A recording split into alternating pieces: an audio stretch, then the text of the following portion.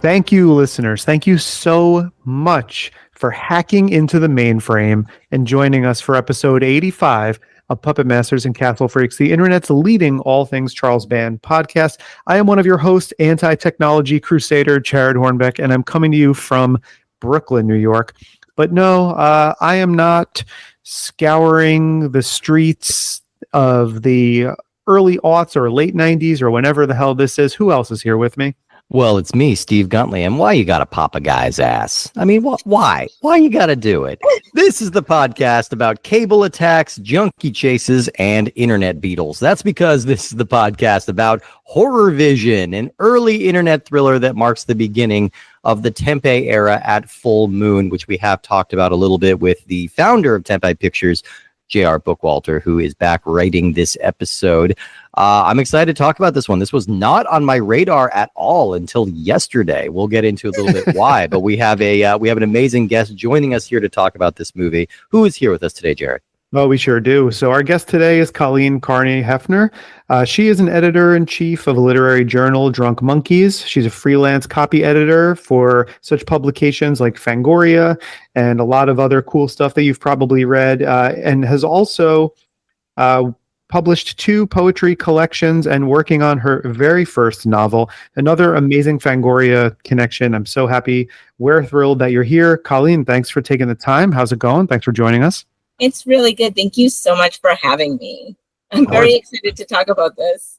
We're very excited to have you, and we appreciate you bearing with the kind of the weird scheduling snafus. This is an episode that, like, a little behind the scenes, like, we kind of jumped around. Steve, don't do this. You save this for the Patreon. I'm sorry. We'll tease people with this one at least. But yeah, we had a little schedule reshuffling, and then we had some issues finding the movies that we had chosen before. So we landed on Horrorvision kind of as a last minute, like, Hail Mary movie.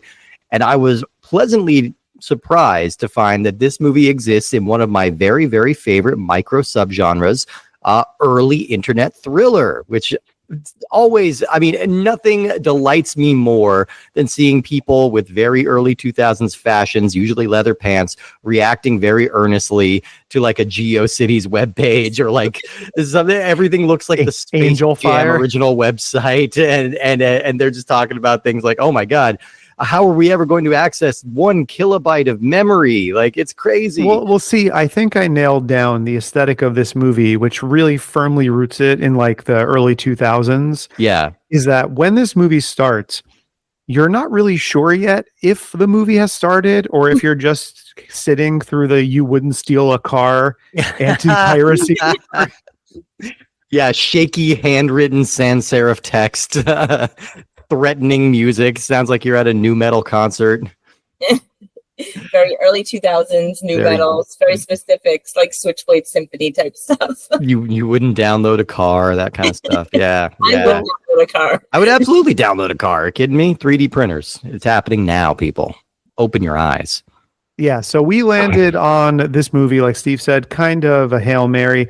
Kolleen, it was in one of the ones you had sort of mentioned that piqued your interest from the list that I sent you. So we kind of fell back onto this one. And so obviously I feel like just sort of the way we're all coming in here, that this was probably first time watch for all of us. Yes. But before we talk too much about this movie specifically, you know, you contribute to Fangoria. We were just talking off mic about Beyond Fest and how kind of entangled in the whole horror genre filmmaking scene you are. So like, that being said, were you like a lifelong horror fan? So we usually find out from our guests when this started. So when did you get the bug? It's so funny. When I was younger, I tell this story all the time. I was terrified of everything. Mm-hmm. So I was the kid who like wouldn't go down specific aisles at CVS because they had like masks and I was afraid of them.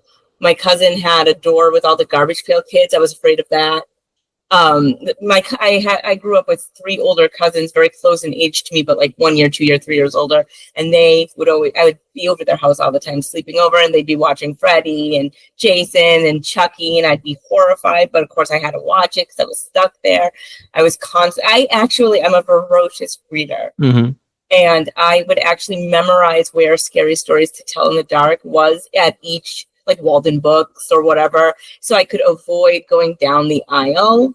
And if I needed a book in that aisle, I would send my brother down. He was a little younger than me. And the way I got into horror was to impress a boy in high school. So my freshman year, I dated a boy who loved horror and was like ate, slept, and breathed horror, and probably still does to this day. But and I was like, yeah, sure, I love Evil Dead 2. That movie's great. And then of course I went and rented it. So like I could like but then what happened was, of course, I was older by then. I wasn't as scared of things anymore. And I realized like, oh, I actually genuinely love these movies, like boy aside. And I became in high school more of a horror fan. And it just kind of snowballed from there. And so I was not the like 8-year-old kid hiding Fangoria under my bed like you hear so often. I was a late bloomer to the horror genre. I was kind of forced into it by my family members, and just had to deal with being scared all the time. So once you realized you weren't scared of it and that it was something you actually enjoyed, what was the subgenres or titles that you gravitated toward? I genuinely love the Hellraiser series. It's funny because I love Hellraiser, but I've never seen past number 4, which I think is actually the best one. With the one when they're in space. I just watched that last night for the first time. So Did you watch the theatrical or the work print? I don't know which one I did.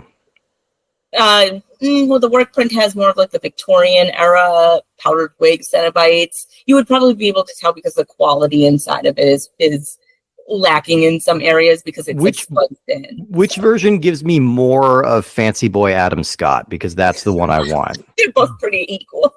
He is the best in that. I'm like, oh, I love it. He's really funny, and I champion Hellraiser Bloodline also. Yeah. It's funny. Years and years ago, I ran into. I was at a convention. I'm from Massachusetts originally, and we had a convention called Rock and Shock. And it just ended a few years ago. And Doug Bradley was there, and I was like, "Can you sign this? But can you put like, I am so exquisitely empty? It's from number 4, which is my favorite." And he's like, "That's no one's favorite." And I was like, "It's mine, so please write it." Hey, it's an Alan Smithy film, yeah. I do love the kind of more edgy sexual type stuff. That's kind of my like when it comes to outside of horror. I'm a big like erotic thriller fan and stuff like that. So Hellraiser definitely like has a lot of cross sections of my interests. I'm not so much like a big Freddy or a big Jason fan. Like, they have their own fandoms, and I'm not really, I appreciate them, but I'm not very into them. But I do like a lot of funny, like I like a lot of this type of stuff. And I do like the subgenre of like technical horror, like Strangeland. Yeah. Oh God. I actually genuinely love that movie. Or like Brain Scan, the CD-ROM movie with Eddie Furlong. Like I love that movie. Yeah, I think it's great. So yeah, he's so cool. I love it. And I know I get a lot of slack for it, but whatever. That's funny to think of.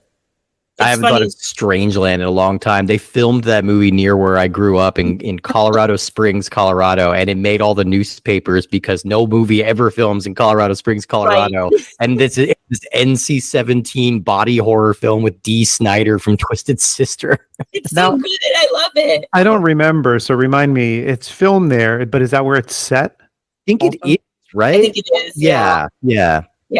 The setting is so important in that movie. You know what movie was set by me that wasn't filmed by me? Friday the 13th, Part 8, Jason Takes Manhattan. That's true. You didn't grow up in rural Vancouver? Yeah. Because they're New York. Why not? I do also like a lot of like, Cronenberg type stuff. It's like I'm weirdly specific with body horror, but Cronenberg is high on the list for me. Yes. Ken Russell stuff like that. Oh yeah. Absolutely. Yeah. Okay, so I'm getting between Cronenberg, Ken Russell, and your own confessions, I'm getting a strong, sexy horror crossover event, which we do get a bit of in this one. This is a horror film that is hinging around the operation of a evil porno site, kind of. Yeah, so I mean, it's there. Yeah. You know what this had me thinking about? Suicide girl type stuff. Right. And it had me thinking, which I hadn't thought about in forever, but you remember like when you would like scour the depths of like rotten.com? Oh my God. Yeah. Rotten.com. Oh my God. I bet if you go to that now, it's just like a bunch of like Viagra pills and like, it's probably a CBD nightmare. gummies or something. Yeah, it's just a bunch of ads for nonsense like that. It's so Probably. funny. Yeah. But yeah, so I'm glad I finally fell into the horror thing, like, late in life. But it's just nice to be like, to have all these connections. And I love working for Fangoria. And, I usually represent them on the Southern California, like, conventions and stuff. It's just very fun. Amazing. It's fun for me. I love it. I cannot wait to talk about this silly movie. I had so much fun watching it. I'm excited to get into it. I mean, I was a kid like you. I think there is a very real, like, anxious kid to adult horror fanatic pipeline because it is very functionally a way for you to process a lot of your anxieties and worries in a safe way. Like, movie's not going to jump out and do all this horrible stuff that you envision. So it becomes therapeutic in that weird way. Yeah. And I discovered it young, but I would say for the same reasons. Like, it had the same effect. The difference was that I was just 7 or 8 years old instead of, an adolescent or a teenager.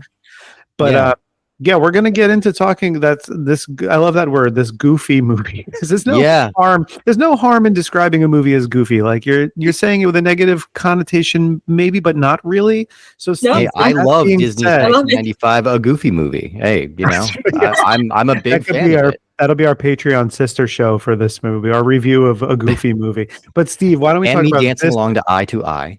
This goofy movie for a second and fire off a couple stats for us. Absolutely, yes. So Horrorvision was released February 13th, 2001. It's directed by Danny Draven, written by J.R. Bookwalter and Scott Phillips, and it stars Len Cordova, who is here credited as Jake Leonard, Maggie Rose Fleck, Josh Covett, James Black, Ariana Albright, and our buddy Brink Stevens. Very excited to see some... It's always cool at this point in the show when we see, like, names of people that we have spoken to in person or on the podcast for the show. So Brink and JR, it was really great to see them popping up again. Mm-hmm. Now, Horrorvision is the very first film released during what we call the Tempe era of Full Moon. Of course, if you're new to the show, Full Moon cycles through a lot of different eras of like funding and financing where they're coming from. They started with Paramount, then they moved on to Kushner Lock, which they were with from like 95 to 97. And that thing, that fell apart around, it's longer than 97. It's the early 2000s. And that fell apart. And then Tempe stepped in. Tempe was a small production company run by J.R. Bookwalter, who co-wrote this movie. And they got to kind of take a stab at it. Now, as with all the other eras of Full Moon, this one is pretty distinctive. Like that, you can, like, if you know what to look for, you can definitely see it. I think the Tempe era, it was brief, but I think it's kind of defined by maybe more of like an indie movie spirit than the other Full Moon eras are necessarily. I'm trying to kind of elaborate on what I mean by that, but it does feel like it's a little lower budget. It's not being given even kind of the usual wafts of like prestige within the genre. Well, we're not getting. Yeah, I think what you're saying is that it feels more like, you use the phrase indie movie, which I would agree with, because to me, what it feels like is an extension of Kushner Lock without any big studio interference or big distributor interference. Yeah. It's kind of like, these are micro budget movies. We've moved into micro budget now at this time. Yeah. And it's like, they're definitely still doing that Full Moon thing where they're trying to kind of exploit a trend, right? Which is very obvious in this film. But I think that they're, they were beholden to Paramount early on. And then in Kushner Lock too, there was a little bit more like, Kushner Lock was a short-lived period, a little shorter than the Paramount period. But we got distributed there, Freeway 2, which we were able to talk about in our Freeway Double episode that you guys will have heard a couple of weeks or month or so ago. Yeah. And so those are like a little bit more like legitimate studios, Kushner Lock distributing. They're kind of like neck and neck with Full Moon in terms of how you can consume them. When it comes to like Tempe, it's like, oh no, this is just Full Moon operating at a very low budget with not a lot of interference. It sort of reminds me of the way Troma had put out, say, like when it came out, Redneck Zombies, right? Or which is one of my most favorite. And now, absolutely, like, but it doesn't feel like But it's like, hey, I sent you this on a videotape, and they're like, well, take it. Yeah. Or like, more recently, like Cuck Island or whatever that was by Troma, where it's like, I just made this. Do you want to distribute it? And they were like, Somehow I had not heard of Cuck Island, but I need to see that. it is definitely worth watching. I just had the same reaction of Steve, which is like the both of us. Cuck Island or Yeah, something. we had never heard. The secret of Cuck Island. Oh, Yes, that's it. one's about smugglers. Yeah, it's worth watching. But like, I remember growing up and watching like the Troma things that were clearly like almost like high school kids like sent it in, and they're like, sure, we'll distribute this for you. Well, there's a big difference when like we don't usually spend a whole lot of time talking about Troma, but I do think if you look at like Nukem High and Toxic Avenger, like those early Troma movies, and then you look at some like after Tromeo and Juliet, when they started doing stuff like into the 2000s, like I guess like you said, was it like Rabid Grannies? Yeah, I think that was. And then the Rabid Grannies might be older. I'm getting my timeline a little confused, but what I really think about are two movies that come to mind, three movies actually that come to mind that kind of mark like, oh no, Troma is different now, and that's Terror Firmer, Toxic Avenger 4, Citizen Toxie, and Poultrygeist, Night of the Chicken Dead. Yeah, that was the one I was thinking of. Yeah. I don't know, and correct me if I'm wrong. Maybe it's just kind of a feeling, but it's just it feels like in the Tempe era, Charles Band isn't quite as hands on. Because the Kushner Locke era, we've kind of come to really appreciate that era because that is a much lower budget. It's much seedier, but it also feels like they're not saying no to anything, which makes it really exhilarating to watch. They're throwing in all of their wildest ideas and just kind of like making these manifest in a really fun way. Yeah, and you get some things like Head of the Family, and you get things like The Creeps, and you get Hideous, Blood Dolls, Dolls, and all of those are a hoot. Absolutely. Yeah, they're really wild and fun. And like these movies in the Tempe era are fun as well, but they also feel more like they're born of like the mid 90s indie movie, bare micro budget student film kind of ethos, right? Well, weren't we all in the late 90s into the early 2000s? Weren't we all a little more extreme? Look, I'm sure all three of us on this call have a spec script about an assassin who learns to love somewhere in their desk drawer. All right, look, we've all been there. But so this is very early in this new era, and J.R. Bookwalter wrote the script with Scott Phillips, and it was directed by Danny Draven, who we have run into before in a couple of movies before. We're going to talk more about him because he's pretty important for this early phase of Full Moon. Now, originally, this movie was going to be released under the title Fear.com, but the budget was eventually toned way down and the title was changed. It was unconfirmed exactly why, but the fact that there is a movie called Fear.com that came out from Warner Brothers the year after this tells me it was probably some kind of contract dispute. Also, that movie is way fucking worse than this one. That is a garbage movie. It's a garbage movie. I thought of it myself when I was watching this. And I was like, this is way better than Fear.com, which is like... Right. Yeah, it made me think of like that. That was that little era of like internet-based horror films, which is just I love. So I talked a little bit about that early internet thriller. One of the movies I watched the most growing up because we owned it on VHS was The Net, starring Sandra Bullock, the infamous movie where she finds a world-destroying virus in a knockoff of Castle Wolfenstein, and she orders pizza from the internet, and it's just like we're watching this in 1995, and we're like, God, that is the goddamn future. And that's the same year that Hackers comes out with Johnny Lee Miller and Angelina Jolie, which is so gloriously silly if you try and watch that. Oh, yeah. And this is just of that era. It's like the internet was still kind of this shiny new toy, and they wanted to present it as like this item of the future, but it still didn't. It was still in its nascent stages. Things are still looking very clumsy. So there's so much fun, like contrasting the hyper cool Matrix influenced fashions of the people in the real world, and then they're sitting at their gigantic chunky desktop computers, like typing things into Alta Vista. Like it's so funny to me, and it makes me happy and makes me realize how far we've come.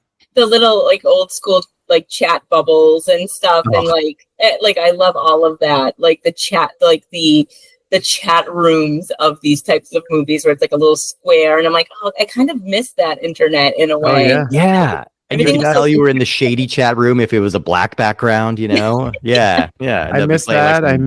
I miss the desktop computer that weighs more than an air conditioner. Yes. the dial up. It's so funny. They're using little blingies of like glittering pentagrams and stuff like that to indicate that on you're your a background badass. of your MySpace.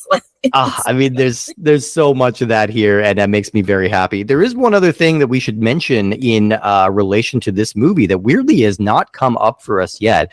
But this is one of the 13 films that was featured on William Shatner's Full Moon Fright Night. Okay. And this is something we've never brought up for whatever reason. It always just kind of slips my mind. Which is weird because we've talked about movies that have been on almost all of them before. Yeah. So I feel like it's always in the back of my mind. Like, because I was just having a conversation with somebody recently and we were saying how the Charlie Band is kind of a genius in that way, because if you look at like the movies that they've put out on the streaming service, there's like the regular version of the movie, but then there's also like some of them get like the Elvira treatment, right? Some of them get but they had the Video Zone, and then some of them get the Shatner treatment. So you could essentially watch the same movie 3 times and get 3 different experiences from it, which is unique, I would say. It is a Full Moon in a lot of ways.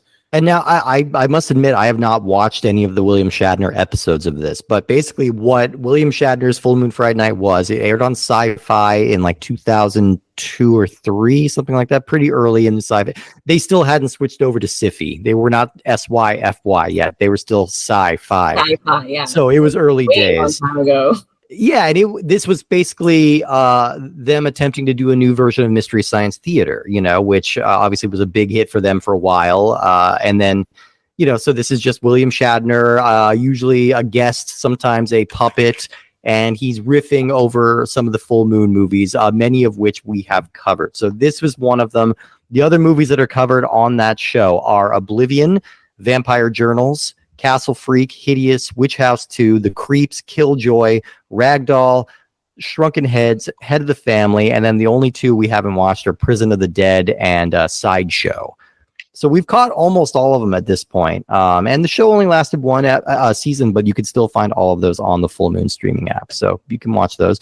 I always just have an affinity for like horror host kind of stuff, absolutely. like TV horror hosts, whether you're poking fun at the movie or not.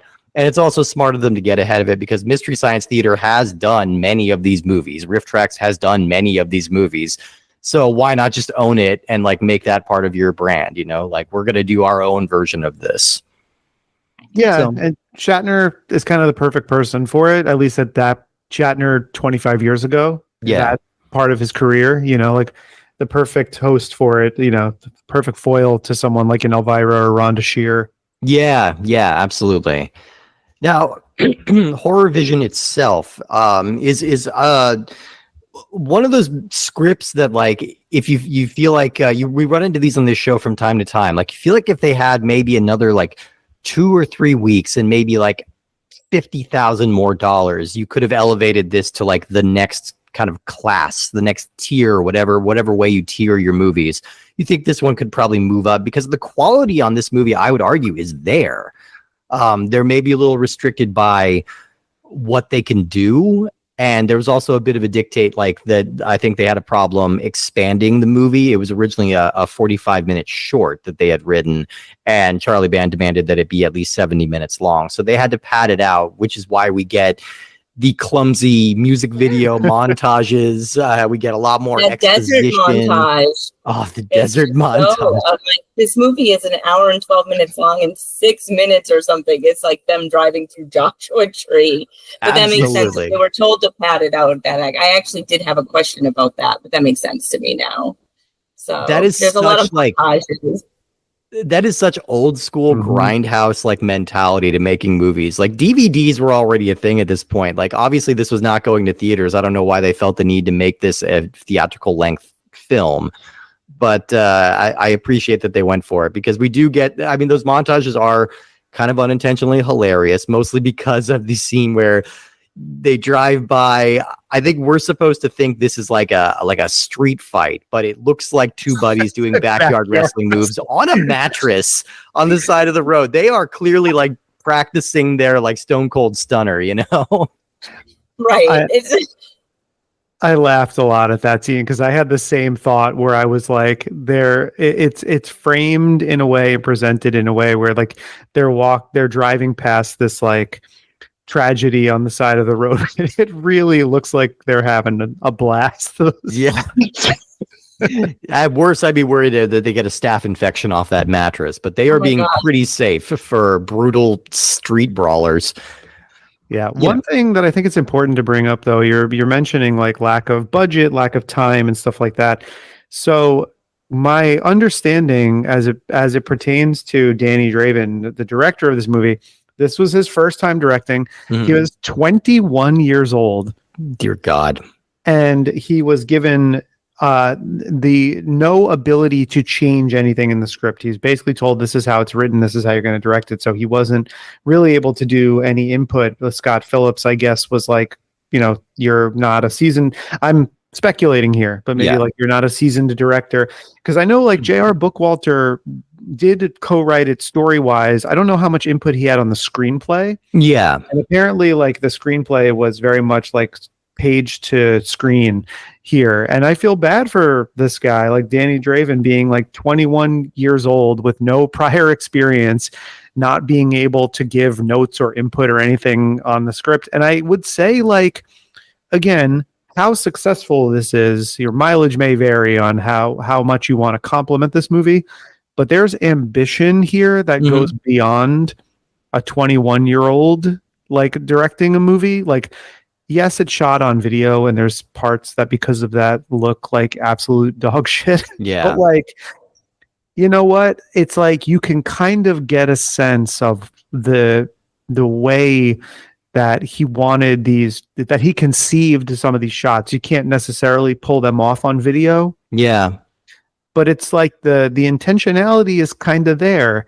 And I'm like, you know what? This is a better movie than I would have been able to make at 21. So arguably, yeah. And Kolleen, when did you come to this movie? Had you seen this before, or did this just sound interesting? You want to check it out? I watched it for the first time today. I love it when a guest spins the wheel. I love that. Yeah, I was like, whatever, it sounds fine. I had originally picked Femalian. Yes, and it was difficult to track down. So I was like, let's do Horrorvision. One of my favorite movies is Terrorvision. Yeah, so I was like, okay, Horrorvision. Let's go for it. So I have recently, over the past few years, when it comes to a movie that's like not actually that great, I have tried to adopt the attitude of they still made a movie. Like someone wrote this, people were in it, they got everyone together and did it. Even if it's like the most dog shit movie you've ever seen in your life, it's like that's still like a movie someone made, which is like a good accomplishment. You know what I mean?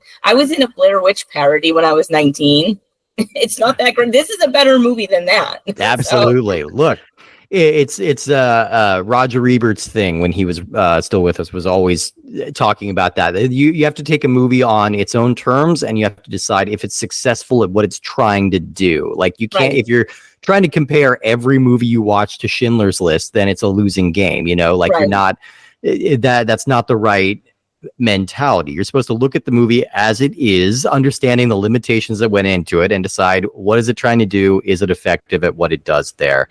And I think this movie is, The last few years, we've adopted a watch bad horror movies on Halloween. Yes. And not like bad movies like Shock 'em Dead, which is another one of my favorites, where it's arguably a bad movie, but like I love it. We mean like bad movies, like the Malibu Beach Vampires or whatever that was. I got about 5 minutes in, I was like, no, you can't watch this. But like watching these bad movies that weren't intentionally bad, but they're just like, someone just grabbed a video camera and got some friends together and did something. It does sort of shape your attitude into like, it has heart, I've seen like worse movies in theaters. Like I walked out of Stuck on You way back in the day. Like, sure.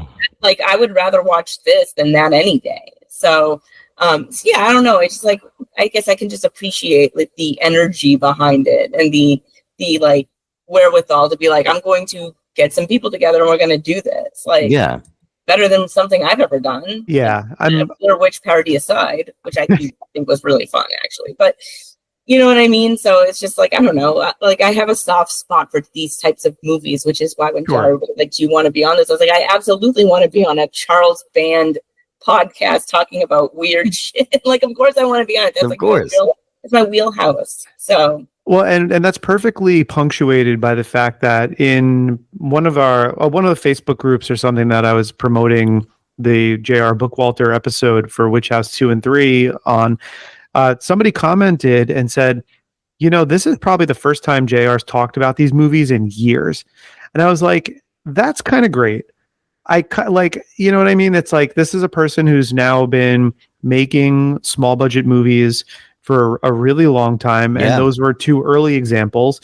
And it's like, it's just like anything else where when you are interviewing someone or talking to someone about their work, it's like a lot of times you tend to focus on the well-known stuff or the heavy hitters. And like, we kind of shine a light on like giving some of these people an opportunity to talk about something that they probably don't talk about on their daily basis, but like are probably proud of. Like, we had Jeffrey Byron, who's the lead actor in the movie The Dungeon Master, on, and that was the first time that we had someone who was the lead of the movie as our guest on the show.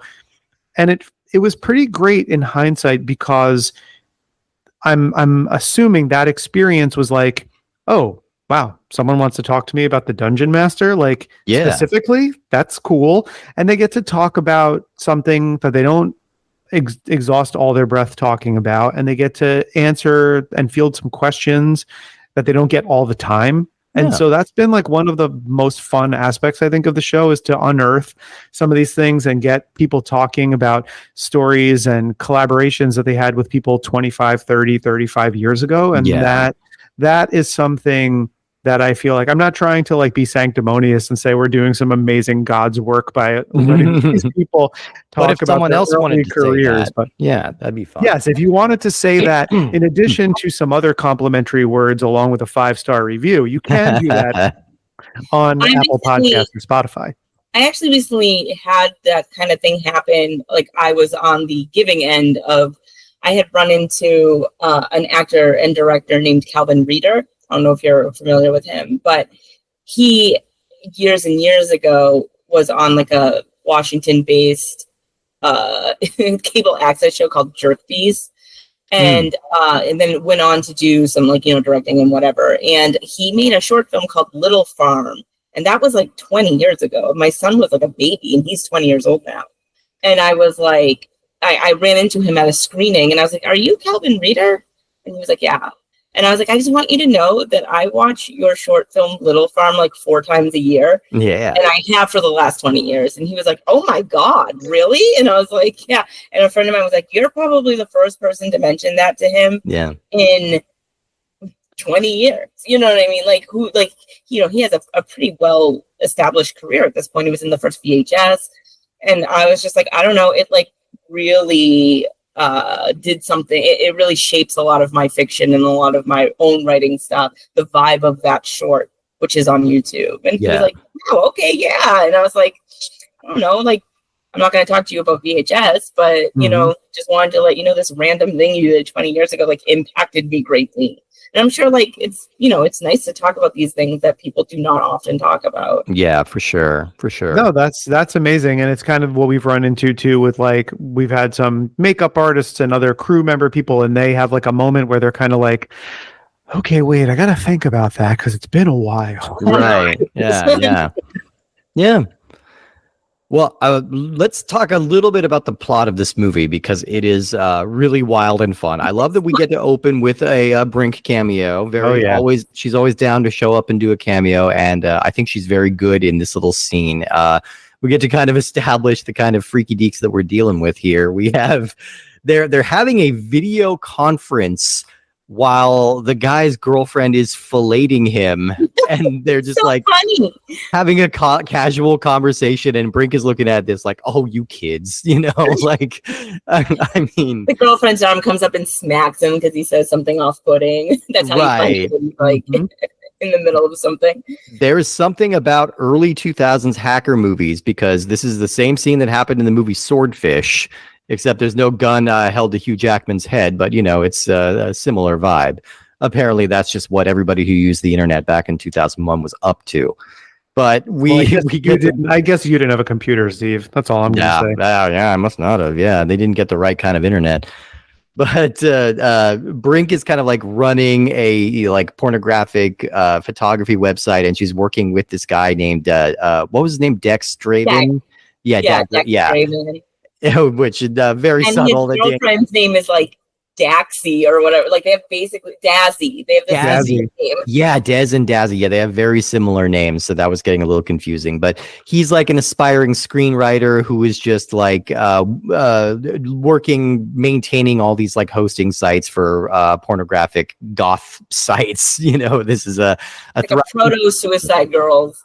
It is absolutely like pre-Suicide Girls, or maybe like that was happening at the time and it hadn't really hit the mainstream or something. But yeah, it's very like prototype Suicide Girls. And he puts all of his files into a folder called Dez's Filth. Dez's Filth. I immediately renamed all the folders on my desktop to various levels of filth. Yeah. I'm now at that phase. You know, it used to be when you were a kid, you would write like a folder like, homework, definitely not porn. Don't look definitely not pornography. Yeah. Now I'm doing the opposite. I'm just like, yeah, no, my taxes are in the one that marked filth. I like, in case anyone is questioning Dez's dedication to cyber crimes, he does have a cyberpunk tattoo. He sure does. And they show it several times. Kolleen, you also have a number of tattoos. I am very heavily tattooed. Is there anything worse than a bad TV or movie tattoo? Because it stands out to me every see like the sheen of like the fake tattoo. Yeah. You know, like if you get a fake tattoo and you put it on, my daughter is 5 and she loves fake tattoos. So that like funny like sheen that happens. It's like, and like they make it a point to show it. They do, and the funniest they make it a point. It's like front and center, and it's hilarious. Like in it's placed like it's a male tramp stamp, like between his shoulder blades. Oh yeah, and then like he's whale spouting. Yeah, and then later there's a montage of what happened 20 minutes ago when she rubbed it, and I was like, okay, we're establishing that this man loves cyber crime. Yeah, but it's like even in procedurals, which I find like there's all of the like NCIS type shows always had it was always kind of hilarious when they went into their like cyber crimes stuff. Yeah, and because it was, you know, it's like we figured out we can enhance a photo, so we're not going to stop.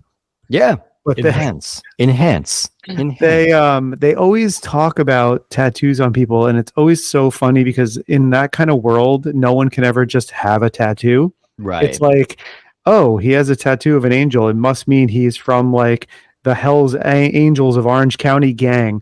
And it's like every tattoo, it's always like one single tattoo with that has all of this meaning. And it's like tattoos stop having meaning after a while. I guess if you only have one. Like, oh wait, so do I. Meaning. Look, in like the same awesome. Hey, there you go. Yeah. That's great. But I always laugh at that because they always make a point where someone describes him as tattoos. Like, oh, you'll recognize him because of his tattoos. And then it's like somebody who's got like 4 tattoos, and it's like, but it's like evil criminal.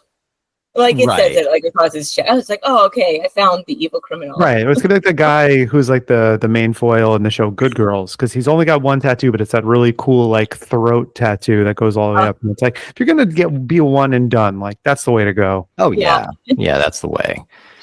So they access a website called Horrorvision.com that turns out to be horribly haunted, which Brink learns the hard way. She immediately gets attacked by all of the cables in her wall and sucked into the internet, I guess. I was like, just enough.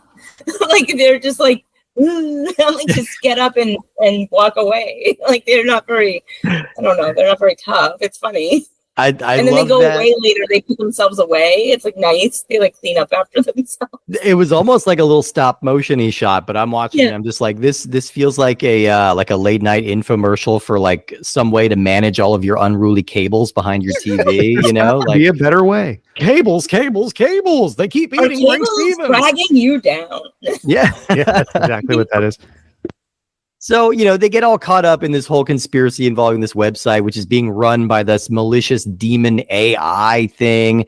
Eventually, Dez's girlfriend gets sucked into the computer, and he needs to try and save her with the help of definitely not Morpheus, definitely not Blade.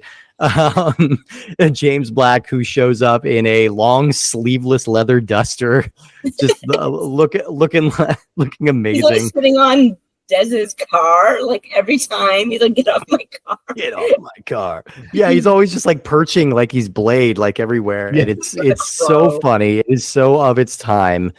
Yeah, I mean, it's just like it's like a sleeveless leather vest and leather pants.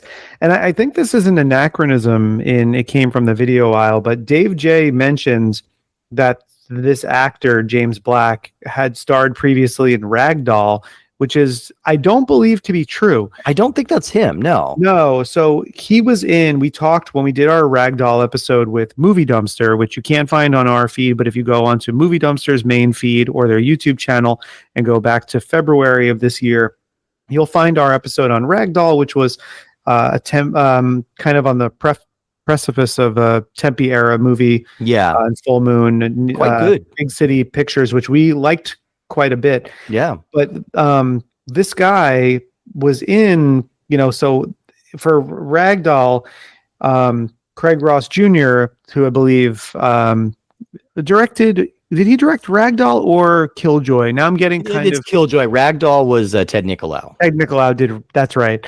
So he was in, I think we talked about, or maybe I might be getting confused. Maybe it was in our Killjoy episode when I talked about a movie by Craig Ross Jr., his first movie called Cappuccino, which came out and was quite critically well regarded as a debut movie. It got a lot of accolades at the time that it came out. But James Black, this is the lead in that movie. But I don't believe he's in either Ragdoll or Killjoy. I don't think he is. Yeah, I think that's just an error that was in the book, because I was looking that up too. I'm like, I do not remember him from either of those movies. I thought for a second that maybe it was Lil Mikey. Oh, yeah, it could have been. And I was like, that would have been cool, but it's not, because that guy has a hilarious name, like something Poindexter. Yeah, it's something like that. But either way, I think he's fun in this movie when he shows up, because he's supposed to be the guy who's got all the answers, right? He's Mr. Exposition, and he knows all about this malevolent AI that's kidnapping people, which leads to a couple of pretty fun creature reveals. We get one guy who's kind of like a genie working in a server farm. He was very, I wrote it down. To me, he felt very much like The Wizard of Oz meets like Hellraiser 3. Yeah, like a very interesting amalgamation of like these, like, why are you back here? Yeah, it's like a room from it's like World Global Cybernet or something. Like I forget what World Cyber. Well, that, and he was throwing CDs in people's faces. Yeah, and they turned into these like funny like mechanical bug things, which I actually loved. I was like, oh, this is fun. I like the little internet roly-poly beetles. Yeah, those were great. They're just pure internet malevolence. Like, that's what happens. That's what happens when you type a nasty comment into YouTube or something. Like a little internet beetle comes out and attacks the person. Bites your leg. Well, I will say that's kind of an interesting aspect of this movie, where the idea, and it's funny to me that this was 25 years ago, probably when they were writing it, that the idea is sort of like there's so much hate and vitriol on the internet that it's manifesting and coming out as literal evil. Yeah. And this is pre-Twitter. I wrote down that I thought this movie was actually really prescient. like it was like, it had these I have no mouth but I must scream vibes. It's like, little green text that was like, I hate everything. Yeah. But like, I was like, this whole movie is about like how tech is going to end up being our downfall. And I was like, well, I mean, like, look at everything happening right now. Yeah. Like this movie is way ahead of its time in a very odd way. Like, I don't know if it accidentally stumbled upon being prescient, but like, here we are, right? And I think it is accidental. I agree with you that it's there, but part of the appeal of these early internet movies for me is just that, like, they're not really commenting on what the internet has become, because they're still so like razzle dazzled by the fact that you can go online and look up movies. What? like they're still so fascinated by the idea of the internet that they've yet to really engage with what it's actually doing to people's minds. But like they do definitely have that theme. And so we have the one server farmer genie, and then we have another creature at the end of the movie, which another genre mashup. I compared it to Hardware meets the Predator. That's oh my god! Did you write the exact same thing? The exact same thing. I didn't write that down, but I was thinking of the Predator when I saw it. He's got this gigantic head, so it kind of looks like a Spirit Halloween figure. But he is a predator made of gears and servos, basically. He also looks like if like one of the totems from Puppet Master 4 and 5 was also a little gearhead creature. Oh yeah, absolutely. Yeah, I definitely got like Puppet Master. I love the Puppet Master movies. So I was definitely thinking like, oh, this could be if you just shrunk him like a lot. Charles Band probably tried. It'd be a perfect little like puppet from Puppet Master right there. Maybe that's one of the reasons I'm thinking that Charles Band was hands off on this one, because that monster is too big. Like one is normal size. I think if you were really like invested in how this turned out, it would be a lot smaller creatures. We have a lot more of the roly-poly beetle bugs and not many of the other monsters. It's like the wires would retract back into like an outlet or a vent, and then it would come out as a little creature who would just sneak up behind you and like slice your Achilles at your desk while you were surfing the web. Yeah, exactly. And so that's kind of the basic overview of the plot. Yeah, but that, as you can tell, like we already said, that doesn't really fill 75 minutes. So we do get a lot of moping, and we get a lot of these kind of sepia tone music videos. There is that part of the plot where he becomes very invested because his girlfriend gets sucked in. Yes, of course, yeah. I mean, to the computer, and he's like, I must save her. And it's funny because the girlfriend is like kind of actually my favorite part of the movie, because she's like super supportive. She's like, I live in Burbank, California. Mm-hmm. So they go into Dark Delicacies. That is a real store. Oh, is it? And Del, the guy with the long white hair, he is a real person. Dark Delicacies is just like that was their original building, I believe. They've moved a few times in the years, but that building, his new one is, I mean, I could walk to it. That's how close it is. And I was like, wow. Oh my God, it's Del. Look at it, it's Del. I was so happy because that's awesome. He still looks exactly the same too. He's still at it? That's awesome. And actually they had moved, and Guillermo del Toro had posted about it last year, and he was like, everyone should send them some. They had like a little Kickstarter for moving. The rents here are atrocious. Oh yeah. And he made his goal because Guillermo was like, let's help Del out, and he's just such a staple of the Los Angeles, especially the Valley horror community, that I was like actually like beside myself to see him. I was so happy to see him in this movie. But that is what his store is like. So they're like looking at a book, and she's like, oh, you should do your screenplay, I'll financially support you. And then earlier, of course, she was going down on him as he was having his important conference call. And I was just, and even when he picks the lock for the lady's apartment, she's like, oh, I love when you do the MacGyver shit. Like, I was like, I love this character because she is just like the goth girlfriend of everyone's dreams, like super sweet and supportive. Wants him to be successful so he doesn't have to like do the boob thing, but also doesn't mind doing the boob thing. It's great. Like, I love just her. Casually reading comic books in the background. She just gets sucked into the computer, and he's like, I have to avenge her.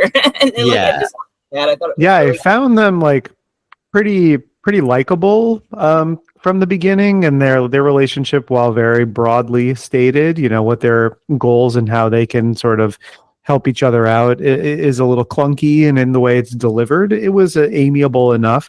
I did we were talking about Puppet Master a minute ago, and there's a moment where when they're in that store and they sit down at a couch and they're talking, and there is just a row of Puppet Master action figures behind them sealed. Oh yeah. That's great. That's awesome. Hilarious product placement, because I'm not sure what kind of stuff that store sells normally, but I feel like it could have just been there, right? No, they might have just been there. That's exactly what that store is like. It's horror books. They have signings there a lot. You can get horror toys, clothes, it's just like a horror-based retail store. Yeah. I'll send you guys the links later. That's awesome. Yeah. It's literally like, that's the store. And I was like, I was so happy. That's like worth a road trip to Burbank. That's like, yeah, I want to go check We that have out. a lot of horror stores here in Burbank. It's I kind bet. of the backbone of that area. It's called Mac Park, and it's just like, but I was just so happy. Yeah. And they're just sitting there reading, and she's like, finish your screenplay. And then I forget what she said she wants to do, but she's like, then when you're famous, you can support me in doing, like, I forget what it is. Oh, putting some tracks down. That's Yeah. what it is. Yeah. She's a musician or whatever. And I was like, oh, she got sucked into the computer. And her corporeal body is no longer a real thing, according to this Wizard of Oz guy. So, but I just think it's really funny. I thought it was great. And then he needs to, he's so torn up about it. He needs to drive around watching backyard wrestling and looking at dead people next to TVs on the side Getting of the road. a hotel room. Yeah. Getting a sad hotel room. Working on his weird tablet. I was like, what is that? Watching what full moon movie was he watching in the hotel room? He was watching a few of them. I don't remember now. Yeah, I forget. Man, usually I'm good at picking up on details like that, and I feel like it must have been a moment when I looked away.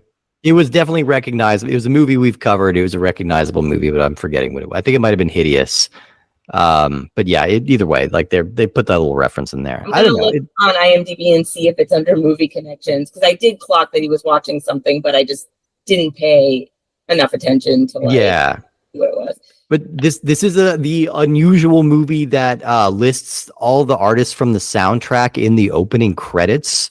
And they're not like bands that you would recognize now unless you vaguely remember the name Jack Off Jill, which I do for some reason. I do remember them. Yep.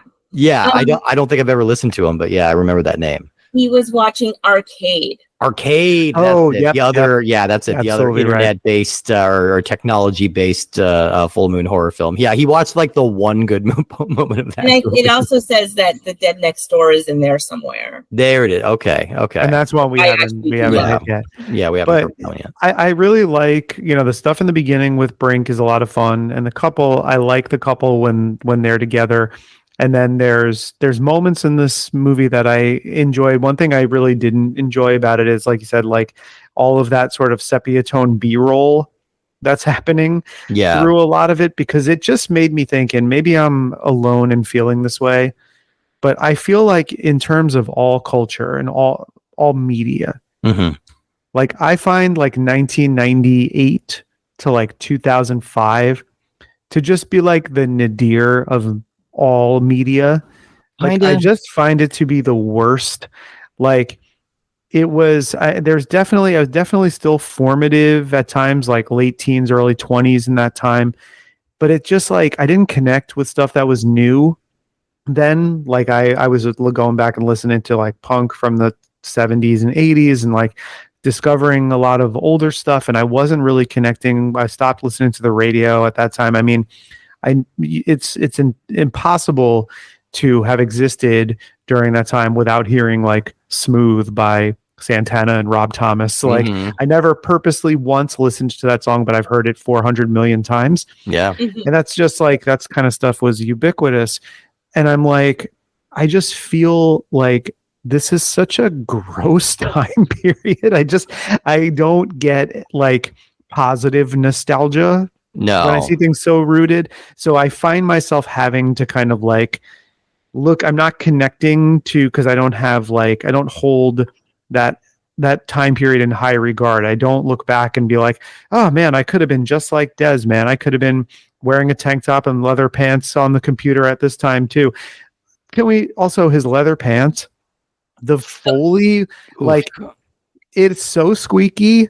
Like, it's one of those times where it's like some Foley work could have helped, because those are all natural leather pants sounds that we're getting. They had to do it in camera. It's an authentic problem the character would struggle with.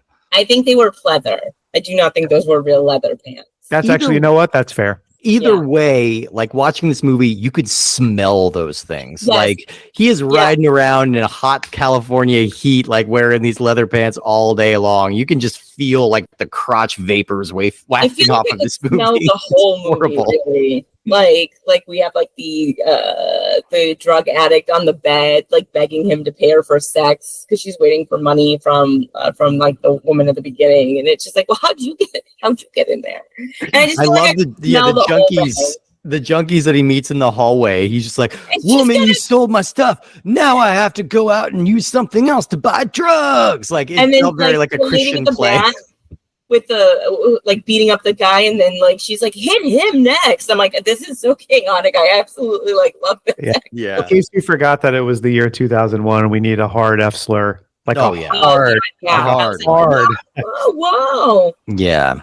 Yeah, we didn't really So ubiquitous back then. it sure is. Like we didn't really talk a whole lot about Audrina Albright Yeah. as Nola, the like drug addict in the one scene, but she's got an interesting energy, and we said the same thing about her in Witch House too. She's kind of going for it in that movie. Have you ever seen Bloodletting? She's the main character in that movie. It's No. a very adjacent, like natural born killers-esque. Like she meets up with this guy and he's like, I like killing. And she's like, cool, I like killing too. And it's just like, Tale as old as I went time. to a screening of it here earlier this year, and I was guffawing, but like I was like Max Cadying it, just I could not stop. Just And smoking a big cigar. I said to my friends next day, I was like, I am so sorry. And they were like, no, this movie is it's ridiculous, but it's absolutely worth watching. I'll check that. That's another JR produced movie. I know the he cover and Ariana looks Albright great. were dating, I think, at the time. So they worked together on a few projects. Yeah. One last thing I want to mention about this movie before we wrap up and get into our final thoughts is this movie has something I didn't realize that I enjoyed so much, but I laughed out loud, and you're probably in the same boat. The fourth person build in this movie is a cat. Yep. I love it when that happens. You gotta love it. Is it bad that I don't remember there being a cat in this movie? You I just very It's briefly Brink see Stevens' cat in the movie. Yeah. Who's just very kind of beginning? peering around, and they cut back to the cat. I mean, listen, this is some quality cacting, by the way. Okay. Oh yeah. Because Oh, the yeah. cat is conveying some real emotions, and like they do cut back to this cat, but I was cracking up because you have Audrina Albright, you have James Black, and all these people with like significant roles who are billed like 12th and 13th in this movie, Yeah. The cat. and fourth billed as a cat. Oh, That is so funny. I didn't even notice that. well, the cat's got a good agent. What can you do? I saw it first on IMDb, and I went, wow, that's a weird choice to bill this cat so far up. And then in the credit sequence, the cat is fourth billed. I know. Oh, it's so good. I love that. So Well, this has been amazing talking to Kolleen about this movie. We will absolutely have you back to talk about Femalian. We will have a way to access that in the near future. So we will. I love that. We would love to have you on for that movie, which was one of the few early Torchlight movies that we're talking about that I've actually seen, that I saw when it was new. So I'm excited to get into that. But in the meantime, where can people find all of your writing, all the stuff that you're working on? My writing is kind of scattered throughout, and I have a long abandoned Patreon that I'm trying to revamp. But probably the best way to find me and the stuff that like I am doing is on Twitter still. One of the holdouts. I refuse to leave. I'm not going to leave because he sucks. Hey, Like I'm going to just stay until the ship. I'm like a musician on the Titanic. Just I don't even care. So, you can find me there at Kolleen with a K, Carney, Carney. I also have an Instagram I use a lot, Kolleen B, and usually that's where I post all the different things. I am working on a novel, so hopefully maybe by the next time I come on, there'll be something with that amazing. happening. But otherwise, all the stuff I usually just post mostly on Twitter, and the links will be abundant there. So Fantastic. yeah, Well- I mean, we're talking about some amazing things like contributions to Fangoria. And if you check out Colleen's writing, I'm sure you're going to love it. If you love what we do every single week, then you can jump onto Apple Podcasts or Spotify, leave us a little 5-star rating, maybe a brief review if you feel so inclined to do so. If you want to follow us on social media, see what we're up to. I say this at the time of recording. This might not be the case when the episode is released. We are still on Twitter or X at this momentarily. I feel like I'm always sitting with my finger over the delete button. But mostly and it's the show name on there. On Instagram, you can follow the show at puppetmasters_castle_freaks. You can follow me at _Giallo_Jared, Jarrod, my proper first name. You can follow Steve at Minotaur Matador.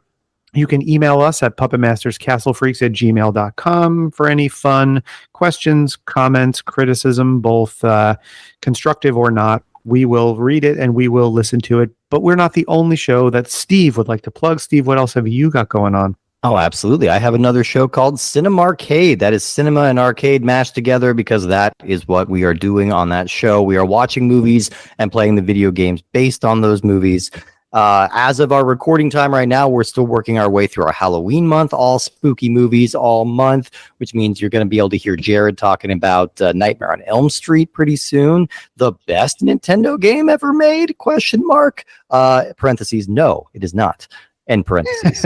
Spoiler alert on the Nightmare on Elm Street video game. But check that one out and all the other stuff that we have going on. And you know what? Come back next week and check us out because we have another show coming your way. We are going to be talking about Killjoy 2 and Killjoy 3, 2 more Killjoy movies. And we're talking about it with Stevie Webb from Evolution of Horror. We're very excited to have him on. That's going to be a blast. I was just going to jump on and say, like, oh, and you can also check out the Vicious Varsity season that he's doing on Brain Rot right now. All those episodes will probably be released by the time this is released. So go back to his feed there and check those out. But so excited to have Stevie back. Always a really great guest and so funny and so insightful. And this last time he did Killjoy, the first movie with us. Now we're doing a double dose of Killjoy. So like, all the evil clowns you can manage. Love that. Yeah, so thank you again to Kolleen for taking the time to join us. And hopefully we will see all of you guys back here next week for Killjoy 2 and Killjoy 3. See you next time.